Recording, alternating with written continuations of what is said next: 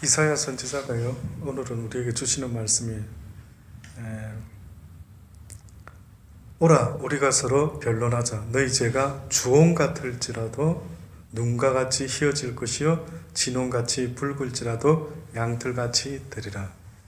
근데 뜻밖에도 여기 변론하자라고 하는 이 분위기가요, 꼭 어떤 분위기냐면은 우리네 인생들이 세상을 살면서 죄를 많이 지었어요. 어떤 사람이. 근데 어떤 사람이 스스로 생각해도 와, 내가 어쩌다 이런 참 나쁜 죄를 짓고 살아가고 있구나. 이러면 안 되는데 그러면서도 엄청나게 잘못된 삶을 살고 있습니다. 근데 이 사람이 만약에 세상 법정에 이렇게 잡혀가지고는 어떤 법을 지었다면 잡혀서 법정에 서서 이제 이 사람이 지은 잘못에 대한 죄값을 이제 재판장이 언도를 하겠죠. 근데 지금 이 분위기도요, 꼭 하나님이 죄 지은 인생들아 다 내게로 오라. 와서 너희 죄가 아무리 크다 할지라도 나하고 변론 좀 해보자. 무슨 변론하자는 겁니까? 나 죄 없어요. 나는 뭐 조그만한 죄밖에 짓지 않았어요. 이런 걸 변론하자라고 하는 게 아니고, 아무리 네 죄가 크다 할지라도, 그러니까 어떻게 보면은 제가 전도를 나름대로 살아오면서 목사로서 전도를 하는 어떤 상황이 일반 사람이 또 전하는 거하고 때로는 다른 느낌을 받을 때가 있습니다. 근데 이렇게 전도를 하다 보면요, 양심에 착한 어떤 사람이 이렇게 말합니다. 목사님, 저는 막 지은 죄가 많아서 교회를 나가기가 부담스럽습니다. 얼핏 착하죠, 그죠? 와, 저 사람 그래도 양심이 있는갑다. 어떻게 그렇게 자기가 죄가 많다라고 이렇게 스스로 고백을 하는구나.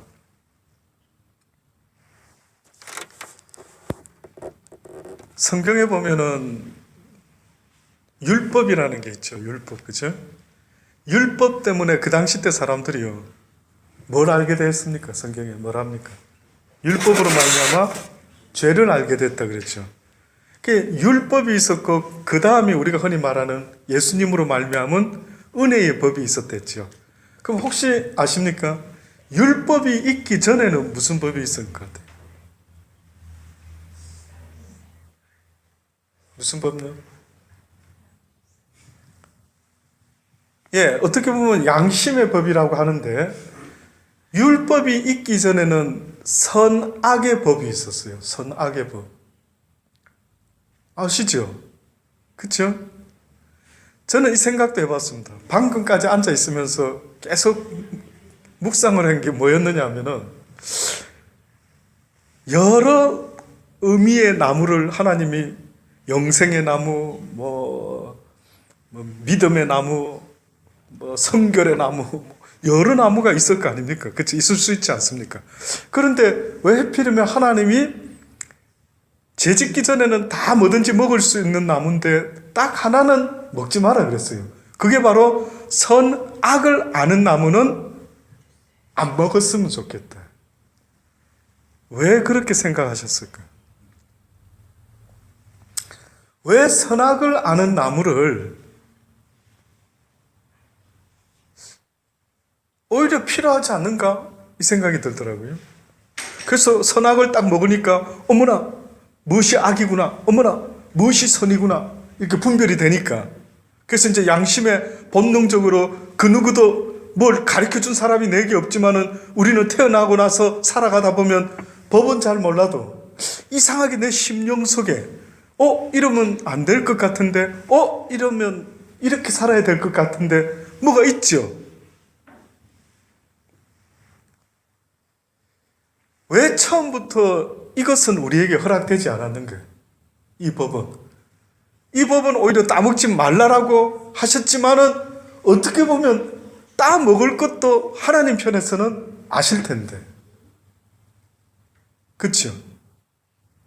따먹지 말라라는 전제를 하셔놓고 그 다음에 따먹을 것도 알 수 있는데도 불구하시고 하필이면은 선악을 아는 것, 이것을 갖다가 두셨더라고요. 결국은 선악을 아는 일이요. 죄 짓고 난 이후에 선악을 아는 이 일이 우리한테 어떻게 역사를 하는가 봤더니만은요. 이 악을 알고 난 아담과 하와가 어떻게 반응했는지 아십니까? 뜻밖에도 그들의 눈이 밝아져 가지고요. 무엇인가를 이제 분별하기 시작한 첫 번째 분별이 있어요. 성경에 읽어보면. 혹시 뭔지 아십니까? 예.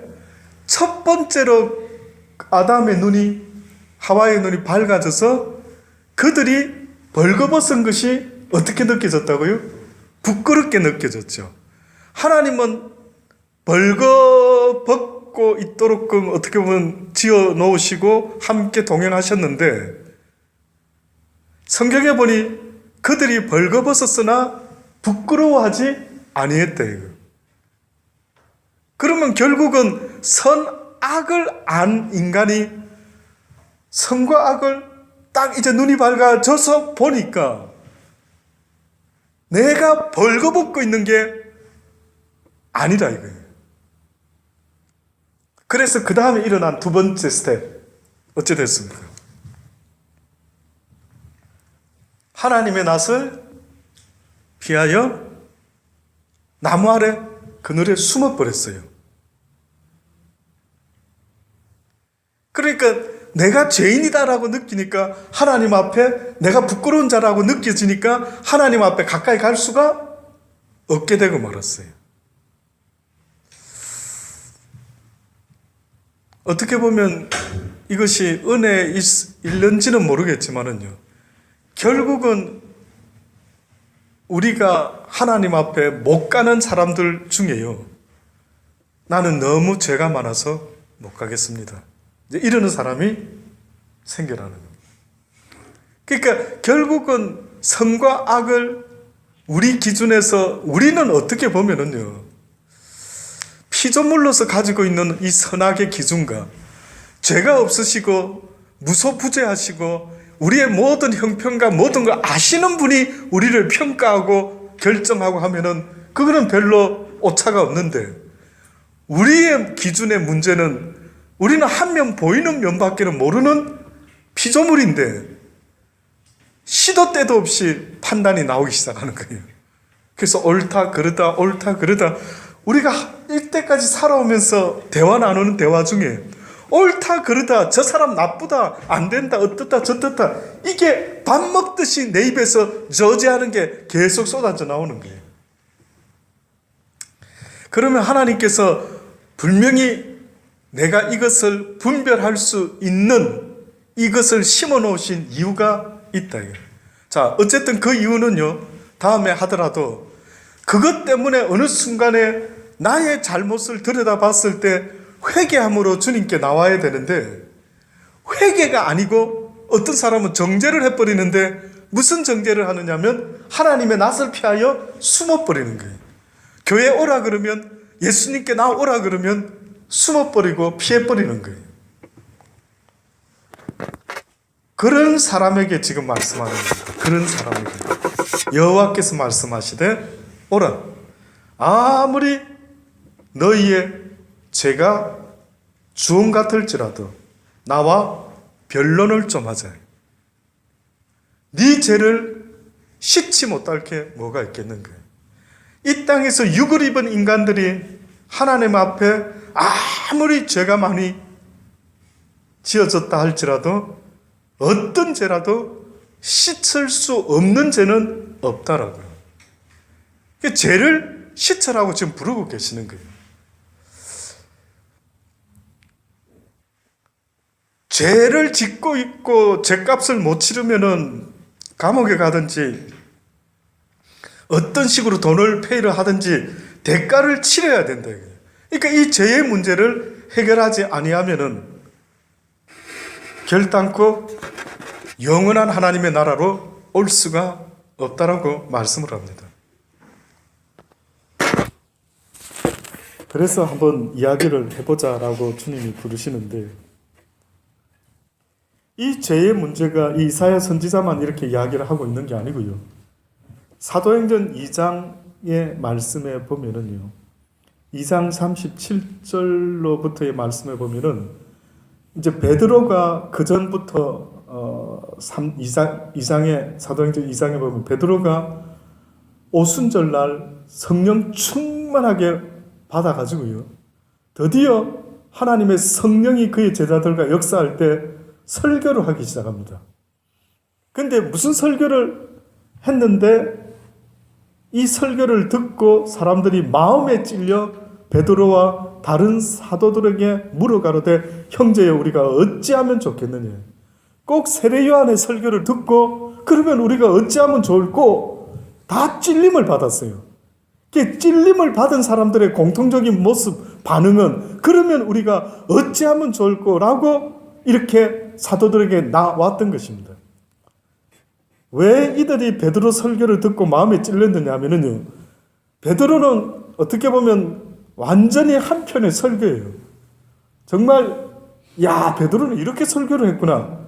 야, 이걸 본받아야 되겠다. 나도 앞으로 이런 설교를 해야지 라고 싶을 정도로 베드로는 한편의 아주 긴 설교를 사도행전 2장부터 시작합니다. 근데 그 내용이, 결론적인 내용이 뭐냐면요, 너희가 얼마 전에 죽인 예수 그리스도를 기억하느냐. 그분은 하나님의 아들이셨고 그분은 죄가 조금도 없으셨는데 어떻게 보면 이 땅에서 어린 양 제물이 되어 너희들의 죄값을 씻어 주셨다. 과거에 구약에서 제사를 지낼 때에 짐승을 이렇게 가지고 온 사람이요, 자기가 주로 이렇게 다 그랬는지는 모르겠어요. 아마 주로 다 잘라가지고 그 방식대로, 그러다 보면 손에 막 피도 묻고 뭐 그렇게 되는 모양이에요. 그 짐승을 하나님께 바칠 때마다 그 사람은요, 이렇게 생각한답니다. 이렇게 생각해야 된답니다. 하나님, 오늘도 내가 그러지 말았어야 되는데 또 그렇게 했습니다. 이 짐승이 나의 죄를 대신하여 바쳐집니다. 내 죄를 용서하여 주옵소서. 이렇게 짐승을 각을 떠서요 내놓는답니다. 하나님이 원하는 것은 그 피의 짐승을 원했던 게 아니고요, 구약시대 때부터 계속해서 말씀하시는 것은 내가 원하는 궁극적인 제사는 이 피의 제사가 아니고 네가 죄를 짓지 아니하려고 애를 쓰고 나의 말에 순종하며 살아가는 산 제물의 삶을 살아줬으면 좋겠다. 산 제물이 되어다오. 너의 원대로 살려고 하지 말고 너의 뜻대로 너를 위해서 살아가는 모든 것들은 다 죄니까 이제부터 너는 너를 위하여 너 뜻대로 네 원하는 대로 살지 말고 하나님 앞에 바쳐진 자가 되어 하나님의 뜻대로 쫓아 살아가는 이 삶의 모습이 바로 날마다 하나님께 반복해서 드려지는 피의 제사가 아닌 단번의 제사로 네가 나를 기쁘게 하는 제사가 된다.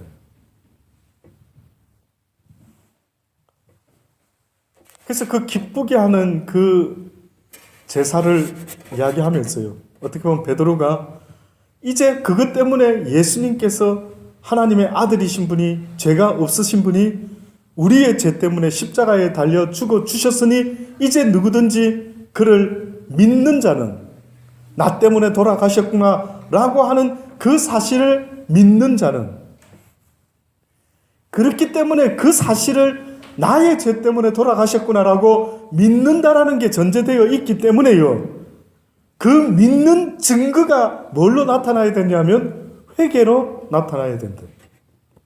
저희가 이 말을 듣고 마음에 찔려 베드로와 다른 사도들에게 물어가로되 형제들아 우리가 어찌할꼬 하거늘 베드로가 가로되 너희가 회개하여 각각 예수 그리스도의 이름으로 세례를 받으라. 회개가 먼저 전제가 돼야 된다라고 계속해서 말합니다. 그 이유가 있습니다. 회개를 하는 자가 세례를 받게 되고 그 다음에 뭘 얻게 된다고요?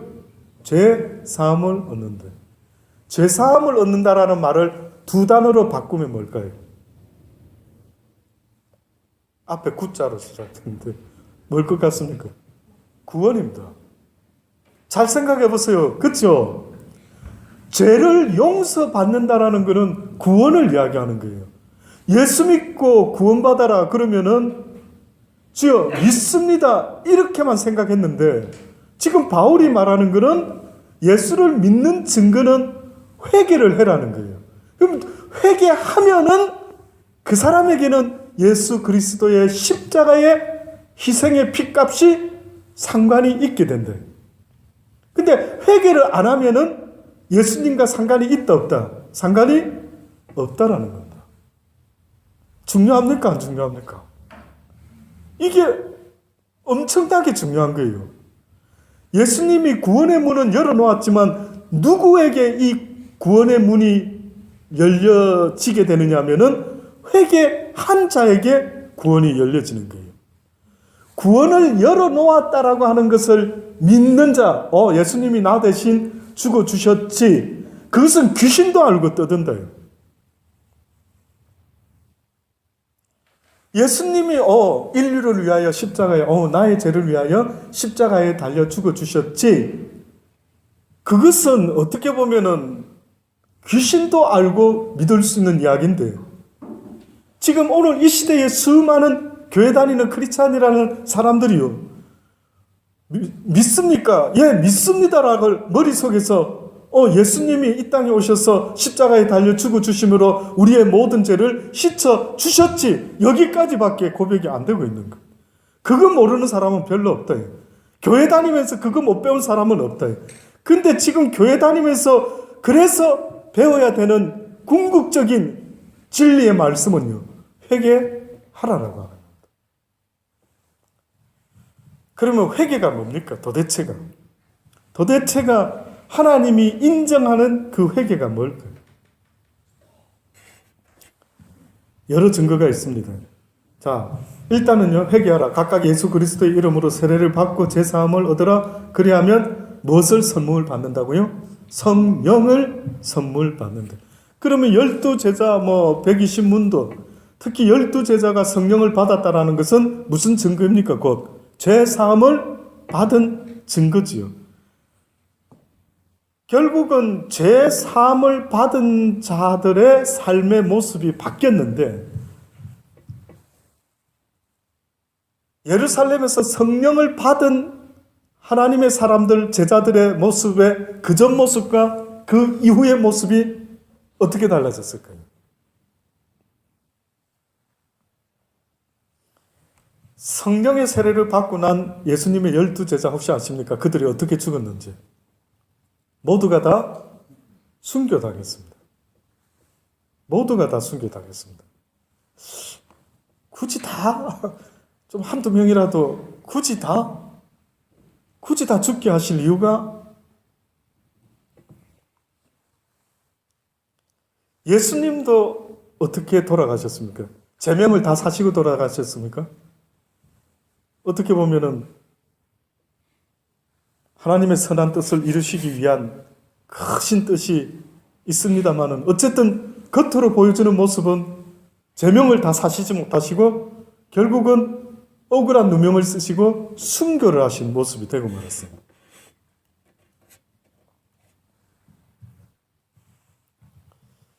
근데 하나같이 저도 12제자의 죽음을 관심이 있어가지고 쭉 그 적어놓은 내용들을 이렇게 한번 본 적이 있습니다. 누구는 어떻게 죽고, 막 톱에 쓸리고, 막 십자가에 거꾸로 죽고, 어떻게 죽고. 그런데 특이한 점이 뭐냐면요. 죽음조차도 그들이 두려워하지 않는 겁니다. 오히려 빨리 죽어서 하나님 나라에 갔으면 하는 사람들처럼요. 거의 모든 사람들이 죽으면 죽으리라. 그러나 죽으면 내가 살 것이라는 믿음 속에서요. 죽음을 두려워하지 아니하고 구차히 인생을 양심을 팔고 살지는 않았던 것 같아요.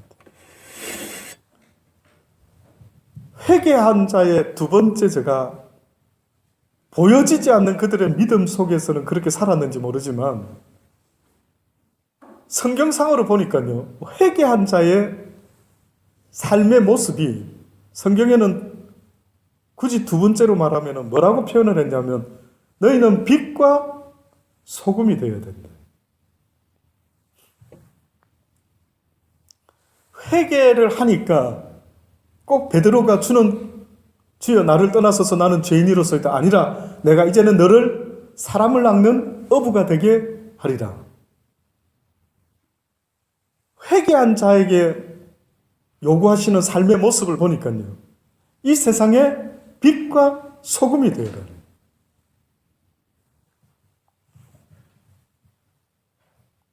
빛과 소금이 된다라는 것은 저같이 이렇게 복음을 전하는 일을 다 해야 된다라는 게 아니고요.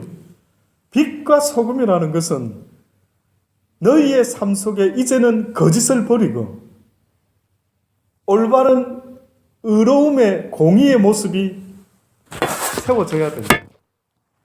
이게 저 이야기가 아니고요. 방금 읽었던 이사야 선지자의 말입니다. 너희가 즐겨 순종하면 땅의 아름다운 소산을 먹을 것이요 너희가 거절하여 배반하면 칼에 삼키리라. 여호와의 입의 말씀이라. 다시 말하면 너희가 이제는 하나님을 거역하는 그 모든 죄에서 너희가 시침을 받게 되기를 원한다. 그러니 내게 나오라. 다시 말하면 내게 나와서 듣고 회개하라. 그리하면 너희 죄가 주홍 같을지라도 깨끗이 휘어질 것이요 진홍같이 붉을지라도 양털같이 되리라. 너희가 거절하여 배반하면 칼에 삼키우게 될 것이라. 그리고 21절로부터는 보세요. 신실하던 성읍이 어찌하여 창기가 되었고 공평이 거기 충만하였고 의리가 그 가운데 거하였더니 이제는 바뀌어가지고 살인자들 뿐이었도다. 원래는 그런 성읍이 아니었답니다. 평화의 왕이 다스리는 성읍.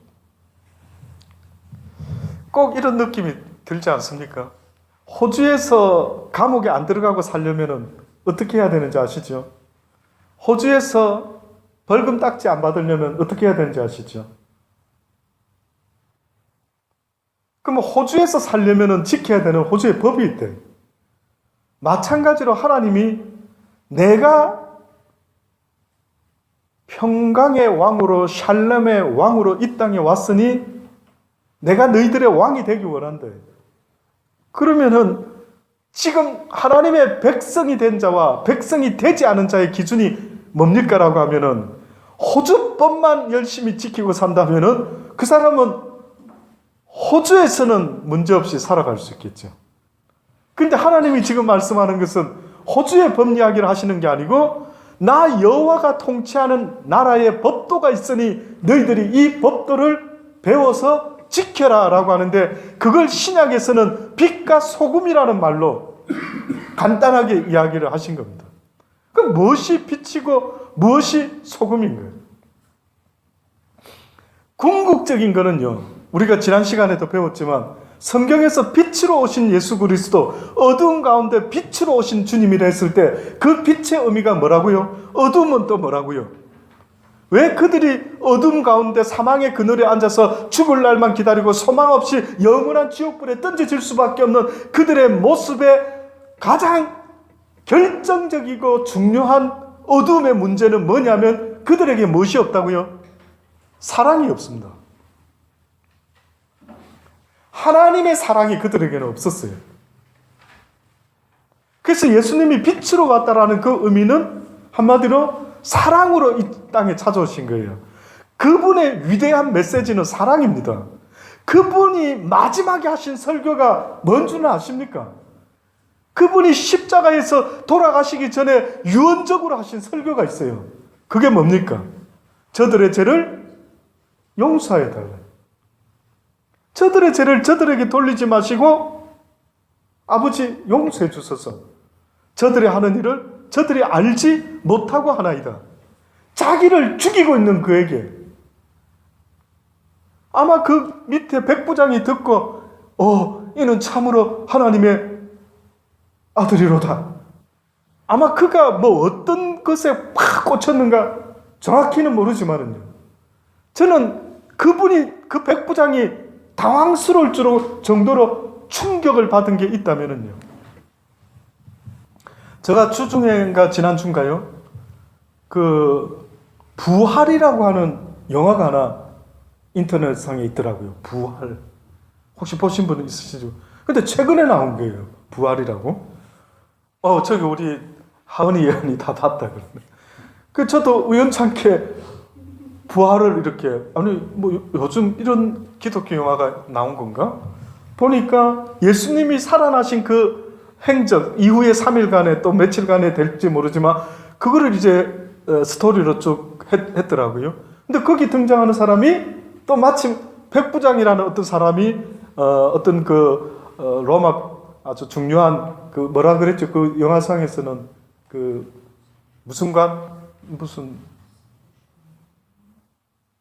어쨌든 그 백부장 같은 위치에 있는 그런 사람이 등장을 해요.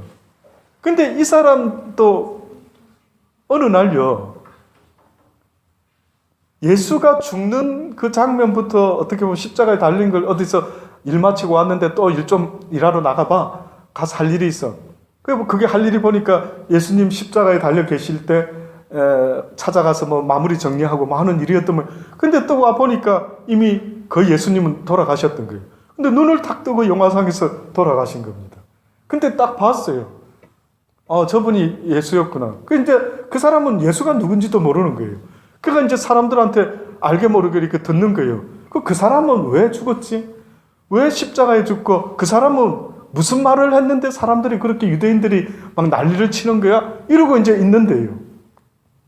그때 어느 상황 속에서 이 사람이 듣는 이야기가 바로 사랑이라는 이야기를 들어요.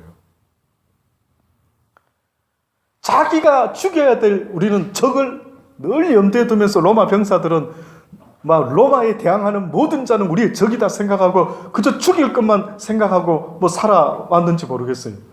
그런데 뚱딴지같이 예수를 따르는 자들, 그 예수가 했던 말 중에 사랑해라는 겁니다.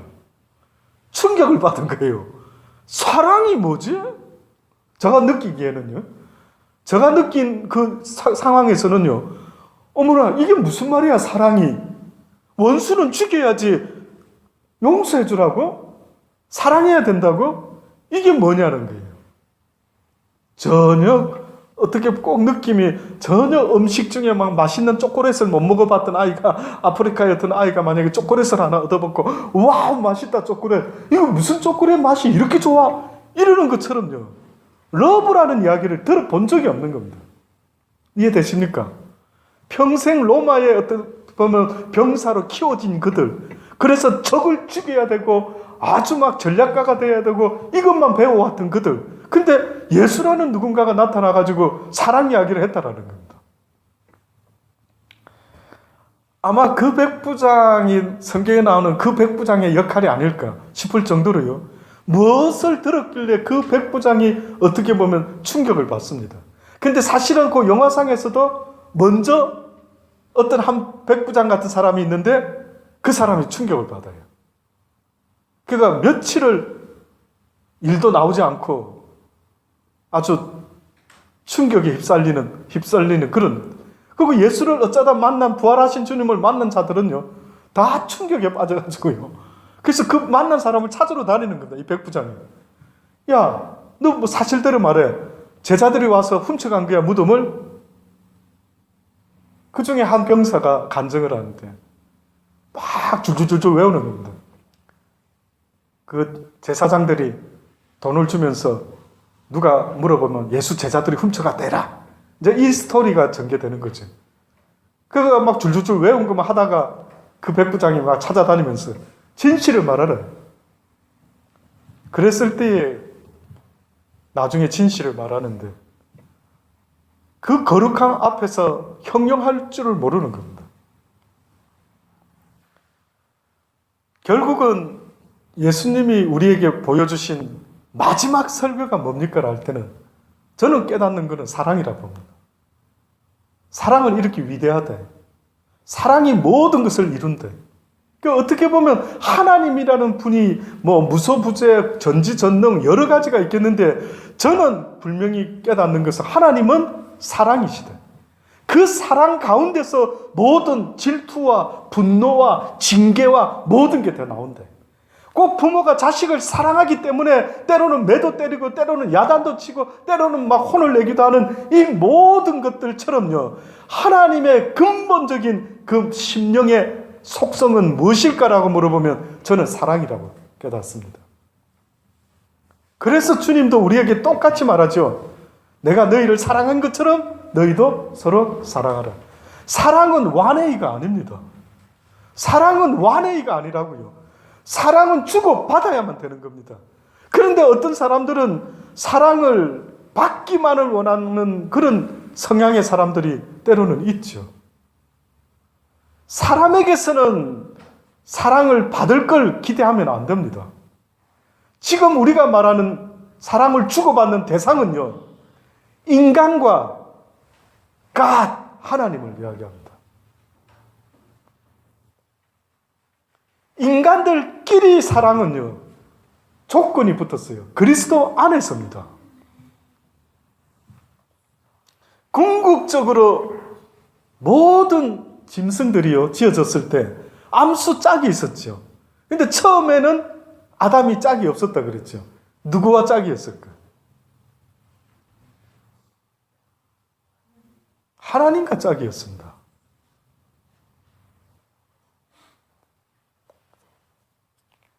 그래서 어떻게 보면은요,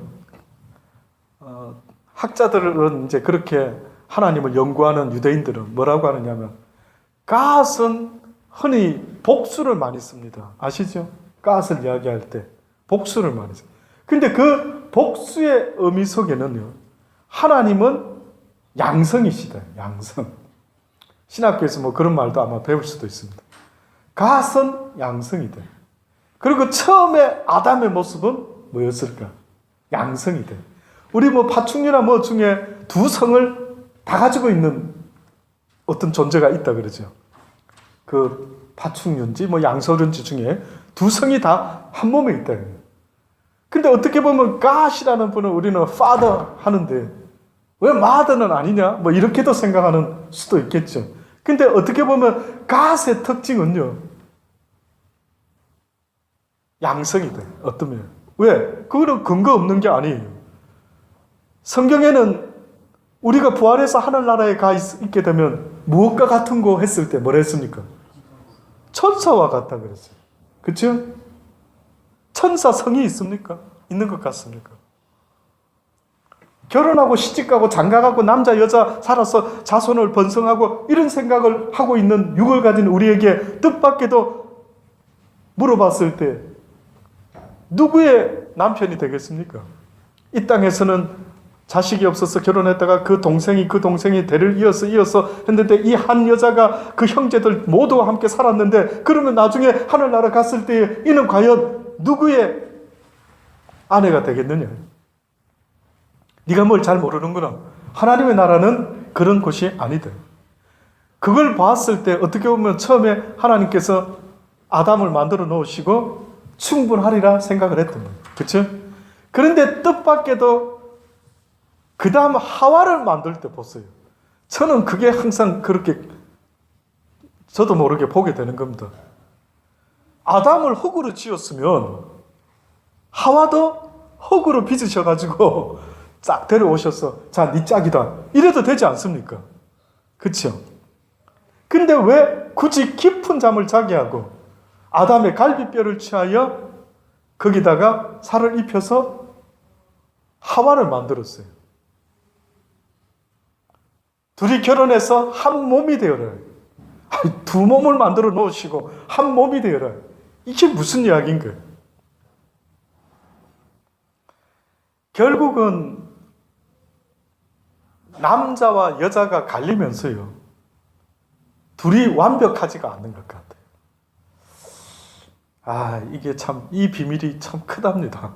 그러니까 아마 이거를 영적으로 생각 잘 못 해보다 보니까 이게 어떻게 보면 비밀스러운 이야기. 결국은 땅에서 두 사람이 마음을 합심해서 기도하면 무엇이든 이룰 수가 있다. 이런 비밀도요, 어떻게 보면은 하나님을 가장 잘 섬길 수 있는 우리의 모습은요, 어떤 면에서는 이 관점에서 보면은 싱글이 아닌 거예요. 싱글이. 우리 허전도 사님한테 미안하지만 어떤 면에 물론 바울은 복음을 전하기 위해서 내가 혼자 살아도 상관없다 이랬는데 어떤 하나님의 법칙과 섭리 속에서 이렇게 볼 때에는 남자와 여자가 나누어져서 둘이 한 몸이 되어 여호와 하나님을 섬겨라고 하는 겁니다. 합심해서요. 남자와 여자가 나눠져 버리고 말았어요. 그래서 주로 성경에 보면은 디모데전서나서 이럴 때 읽어보면은요, 남편의 역할과 아내의 역할이 나름대로 이렇게 자꾸 나와 있죠. 특히 남편에게는 아내를 사랑해야 되고 아내는 남편을 공경하고 복종해서 이렇게 한 팀이 이루어져요. 그렇게 되지 못하면은 특히 아내가 근심하게 되면 기도의 문이 막힌다라는 겁니다. 기도의 문이 막히니 그렇게 되지 않도록 합심하여 하나님의 선한 뜻을 이루어라고. 주로 남편은 또 가장으로서 제사장의 역할을 하고 또 하나님의 일을 해 나가는 어떤 역할을 맡기고 계시는 것 같아요. 이것도 시간이 많이 좀 필요할 수도 있는데요. 그래서 어떻게 보면은 예수님이 우리에게 뭔가 메시지를 주시는 의미 속에 예수님의 12제자가 뜻밖에도 여자가 없이 다 남자들로 이렇게 만들어져 있어요. 따르던 마리아도 있었고 따르던 여인들, 기도 많이 하는 여인들이 천지였겠죠. 어떻게 보면. 근데 왜 하필이면은 땅끝까지 복음을 전하는 사역은 왜 하필이면 남정네들만 다 뽑으셔가지고 왜 했나요? 그러니까 엉뚱한 소리 하는 사람, 학자들도 있죠. 예수님이 뭐였다, 그래서 남자를 좋아했다. 희한한 이야기도 나올 수도 있을 만한 이유가 뜻밖에도 여자 제자도 뽑을 만한데, 물론 그 당시 때 사회에서 보는 눈도 있고 어쩌고 저쩌고 할 수도 있겠지만은 그래 돼 있는 게 있더라고요. 어찌되었든 그렇게 하나님을 섬기라고 우리에게 지금 말씀을 알려주고 있는 겁니다. 그래서 결혼한 자들은요, 그 두 마음을 합치는 일이 얼마나 중요한지 이루 말할 수가 없습니다. 그렇게 될 수만 있다면 역사가 바뀌는 모양입니다. 예수님이 결국은 돌아가시기 전에 보여주셨던 설교는요, 사랑이었습니다. 자, 이 사랑을 회복한 자의 모습은 지금 이사야가 이렇게 이야기를 합니다. 23절에 보세요. 22절에. 내 은은 찢기가 되었고 너의 포도주에는 물이 섞였다. 순수하지 못하게 되었답니다. 공의롭지 못하게 되었답니다. 빛과 소금이 되어야 되는데 빛과 소금의 모습을 상실했답니다. 내 방백들은 어떻게 해요? 패역하여 도적과 짝하며. 방백들은 도적이 아니죠. 도적은 다른 사람의 것을 뺏는 자가 도적이죠. 그런데 방백들, 재판하고 공의를 나타내야 될 자들이요, 돈을 위해서 다른 사람의 연약한 어떤 상황을요, 공평하게 돕지 못하고 내버려 두기도 하고 뺏어가기도 하는 도적과 짝해서 뇌물을 어떻게 한다고요? 사랑한다. 지금 시대도 보세요. 한국에도 어떤 법적인 이야기가 나오면은 돈 있는 사람만 좋은 변호사 쓰면은 법이 관대하고 그들에게, 돈 없는 자 약자는 전부 다가 죄 없어도 죄가 만들어져서 억울하게 옥살이를 한대. 그러니까 이 시대나 그 시대나 어때요? 똑같은 일이 지금 우리 시대에도 당연히 우리는 알고 있죠. 세상이 어떻게 돌아가고 있는지. 그러니까 이런 가운데 하나님이 말씀하는 것은 회복하라. 방백들은 패역해서 도적과 짝하고 다 뇌물을 사랑하며 살해물을 구하고 고아를 어떻게 해요? 위하여 신원치 아니하고 과부와 송사를 수리치 않는다. 왜냐? 돈 되지 않기 때문에 그렇습니다. 그러니 저와 여러분이 예수 믿습니다라고 하는 게 무슨 의미입니까 도대체? 교회에 열심히 다니고 있습니다. 이 말을 하고 있는 것과 똑같은 것입니다. 넌센스죠.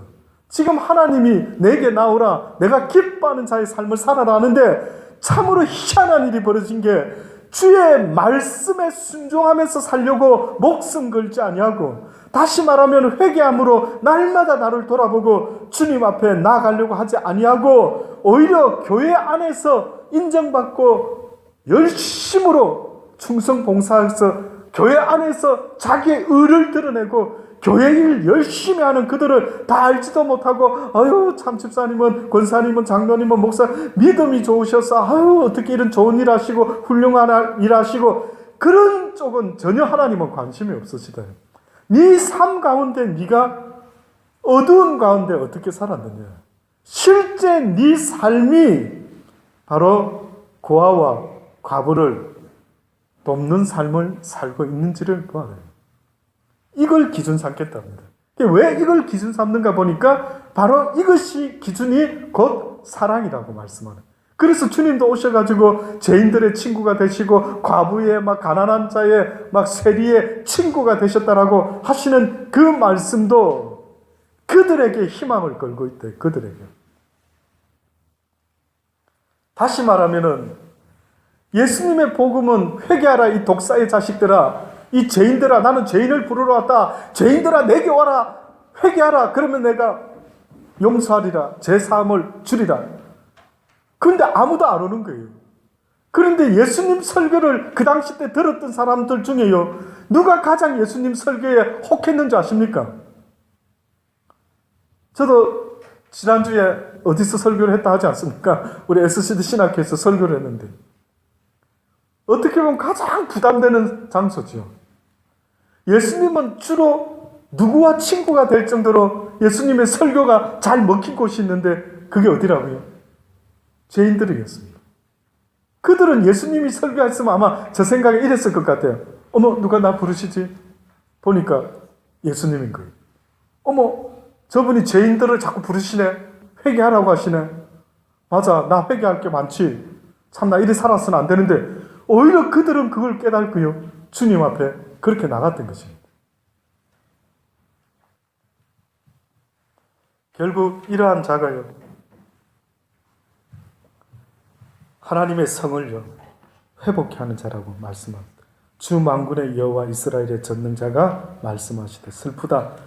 내가 장차 내 대적에게 보응하여 내 마음을 평케 하겠고 내 원수에게 보수하겠다.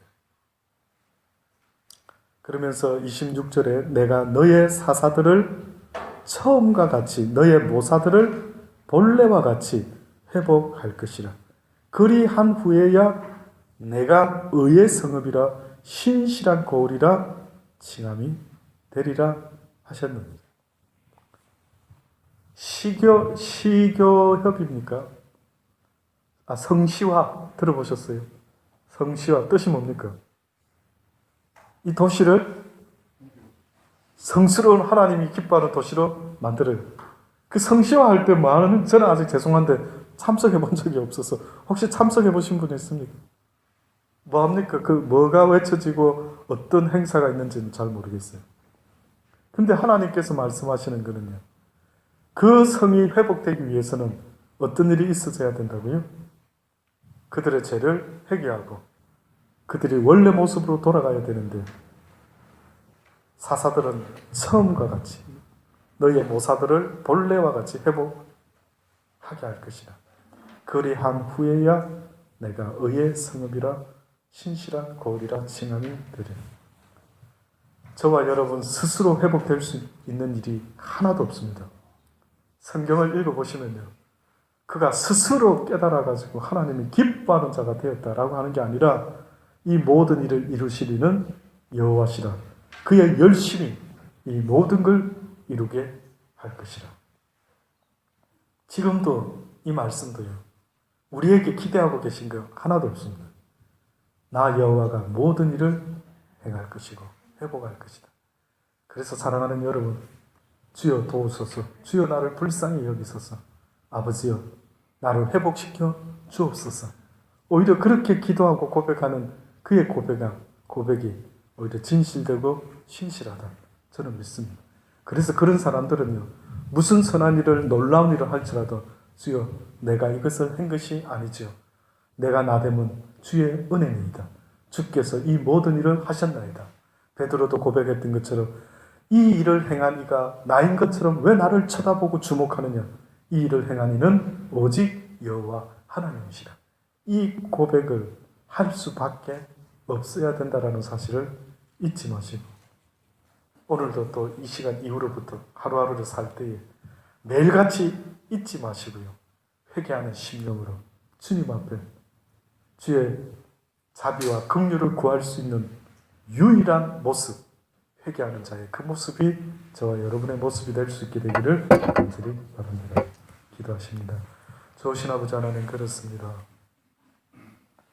회개하는 자의 모습으로 주님 앞에 날마다 나아갈 수 있기를 원합니다.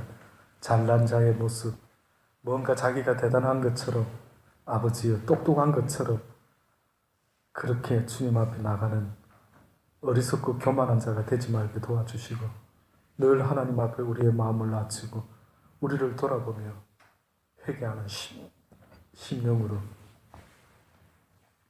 주님 앞에 나갈 수 있는 우리 모두가 되게 도와주옵소서.